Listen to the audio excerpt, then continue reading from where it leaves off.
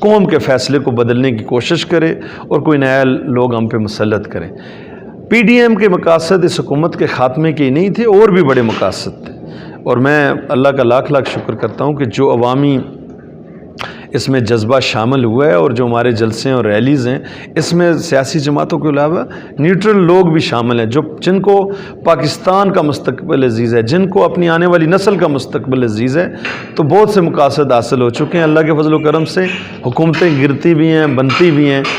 قومیں بنانے کے لیے جو مقاصد ہیں ان کے اصول میں سمجھتا ہوں کہ پی ڈی ایم کامیاب ہوئی ہے، اور پاکستان کے اندر اگر عوامی طاقت کے ذریعے کسی حکومت کا خاتمہ ممکن ہوا تو وہ پی ڈی ایم کے پلیٹ فارم سے اس حکومت کا ہوگا۔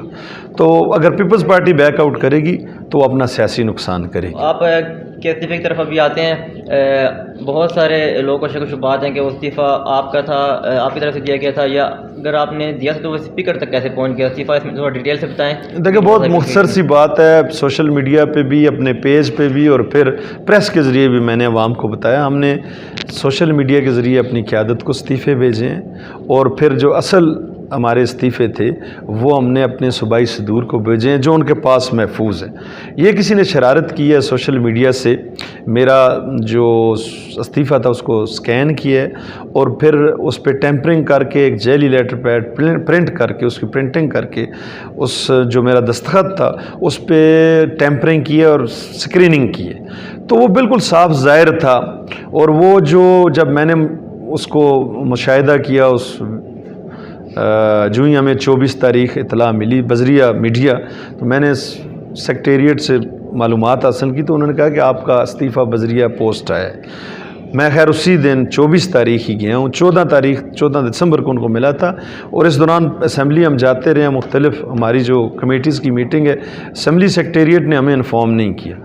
24 کو میڈیا کے ذریعے جب پتہ چلا، موقع پہ گئے، جب دیکھا تو وہ بالکل جعلی تھا، دستخط جعلی تھے، میرا لیٹر پیڈ نہیں تھا، یہ کسی نے سکین کر کے پرنٹ کیا تھا۔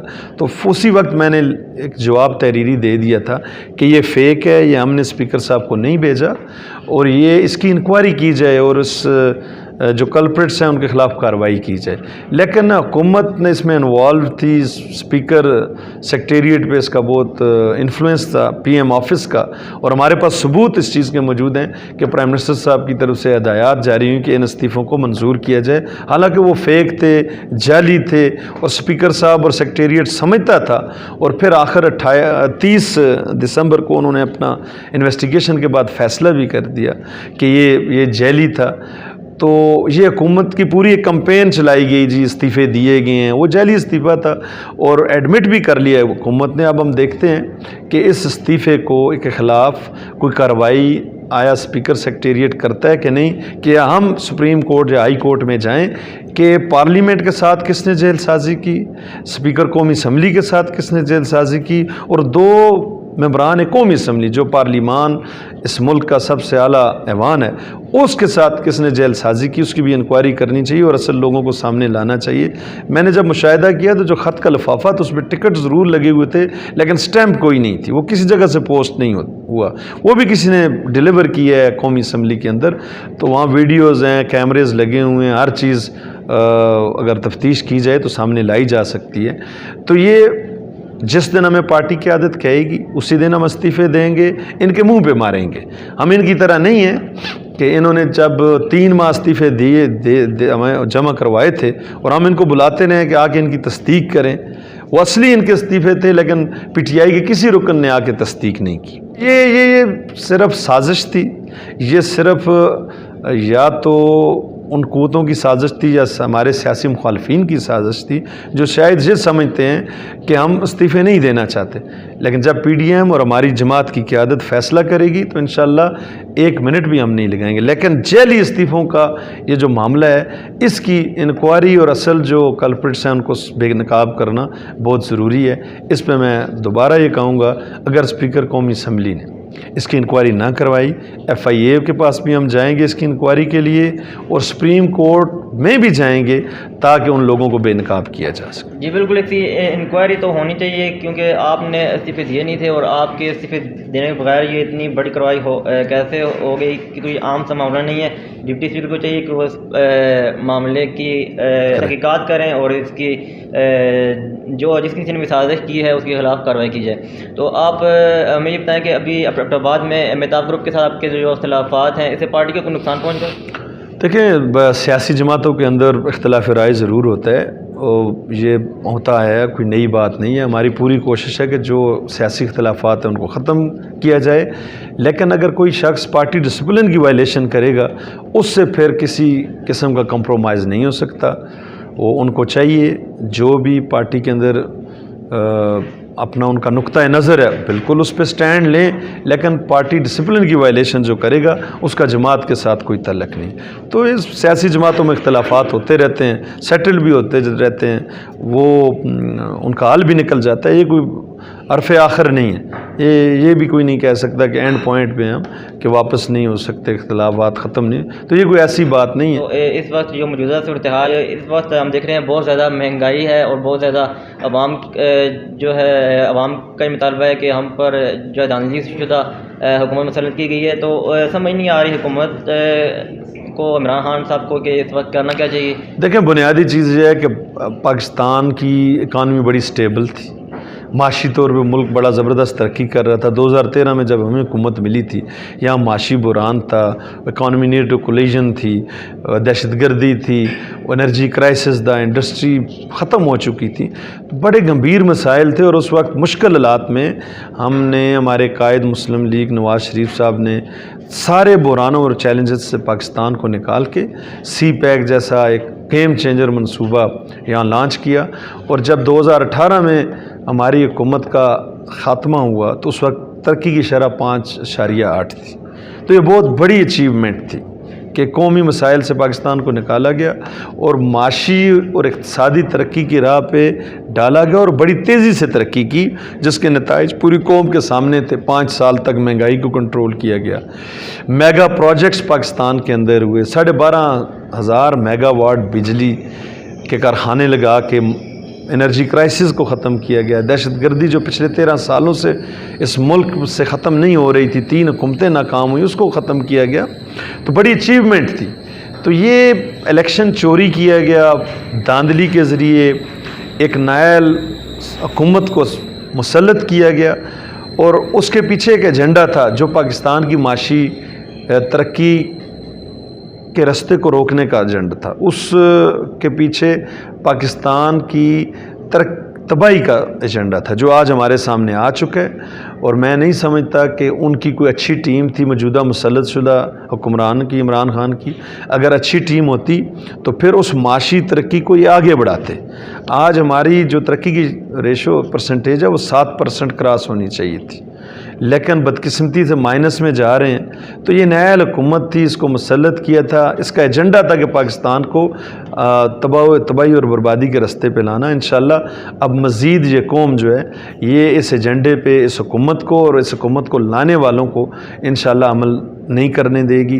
بالکل نیا ٹیم تھی، ایک سٹیبل اکانومی کو کنٹینیو نہیں کر سکے، معاشی ترقی میں تیزی سے پاکستان ترقی کر رہا تھا، اس کو یہ جاری نہیں رکھ سکے.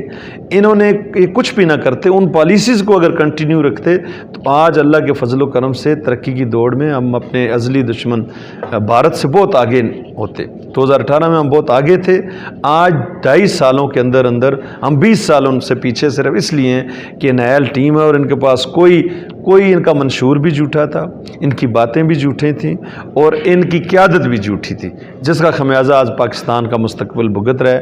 اور اگر ان کو مزید وقت دیا گیا تو میں نہیں سمجھتا کہ مزید 20 سال لگیں گے 2018 کی معاشی ترقی کی پوزیشن میں پاکستان کو پہنچنے کے لیے. تو آپ کیا سمجھتے ہیں کہ کب تک حکومت جو ہے ریزائن کرے گی اس طرح جو آپ؟ جی لانگ مارچ پہ قوم نکلی تو انشاءاللہ اس حکومت کا وہ آخری دن ہوگا. آپ کے پاس ٹائم بہت کم ہے، اس لیے آپ سے اجازت چاہیں گے. انشاءاللہ جو ہمارے کوشچنس رہ گئے ہم کوشش کریں گے کہ نیکسٹ پروگرام میں آپ سے وہ پوچھیں. تو بہت شکریہ آپ کا مرتضیٰ جاوید واحد صاحب، آپ کے ٹائم کا ہم بہت مشکور ہیں. اور انشاءاللہ ہماری امید ہے کہ انشاءاللہ جلد آپ جس مشن پہ چل رہے ہیں اللہ پاک آپ کو کامیاب کریں گے. تو بہت شکریہ. اجازت دیجیے ناظرین اپنے میزبان محمد کامران کو. اللہ حافظ.